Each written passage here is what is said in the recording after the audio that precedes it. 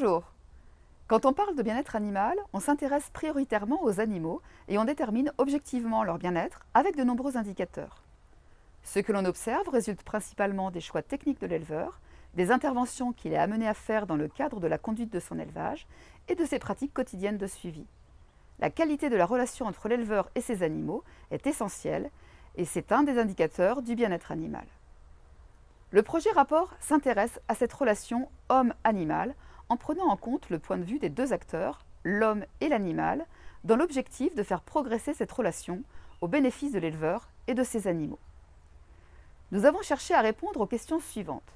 Tout d'abord, comment peut-on évaluer la relation entre l'éleveur et ses animaux du point de vue de chaque partenaire? Pour cela, nous avons défini et utilisé des tests pour caractériser la perception qu'a l'animal de l'éleveur, en situation de travail ou dans l'absolu, en identifiant des animaux méfiants ou confiants. Et nous avons mené 52 interviews et produit des questionnaires qui ont permis de déterminer 3 groupes d'éleveurs selon l'importance qu'ils donnent à la relation homme-animal dans leur métier. Elle est secondaire, utile ou centrale. Deuxième question, pourquoi est-ce important d'avoir une bonne relation entre l'éleveur et ses animaux? Nos enquêtes ont permis de montrer une relation entre le niveau de confiance des truies et leur performance de reproduction. Plus généralement, nous avons montré que les éleveurs qui placent la relation homme-animal au cœur de leur métier ont des truies plus confiantes et de meilleurs résultats techniques. Enfin, comment construire une bonne relation entre l'éleveur et ses animaux? Cette relation se construit au quotidien et s'évalue en observant le comportement de l'homme et de l'animal en situation de travail. Cette construction dépend de nombreux facteurs qui vont influencer positivement ou négativement ces comportements, comme l'environnement dans lequel s'effectue le travail, les risques d'atteinte à la sécurité de l'éleveur, l'organisation du travail au sein du collectif, la perception que l'éleveur a de la santé des animaux et l'importance qu'il donne à la relation homme-animal.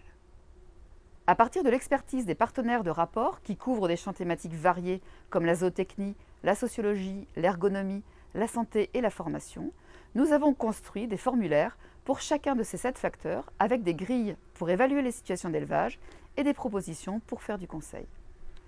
L'enjeu est d'entraîner l'éleveur dans un cercle vertueux.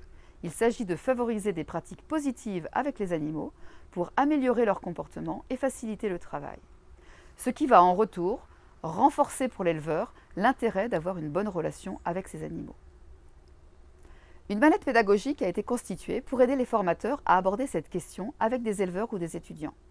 Elle contient des vidéos pédagogiques pour parler de la relation homme-animal, des témoignages d'éleveurs et des vidéos de situations de travail pour stimuler les échanges entre les personnes formées, et un guide pour les formateurs ainsi qu'un livret, la méthode rapport, qui regroupe les formulaires d'appréciation des situations d'élevage rencontrées, ainsi que des informations sur la relation homme-animal et le comportement des porcs.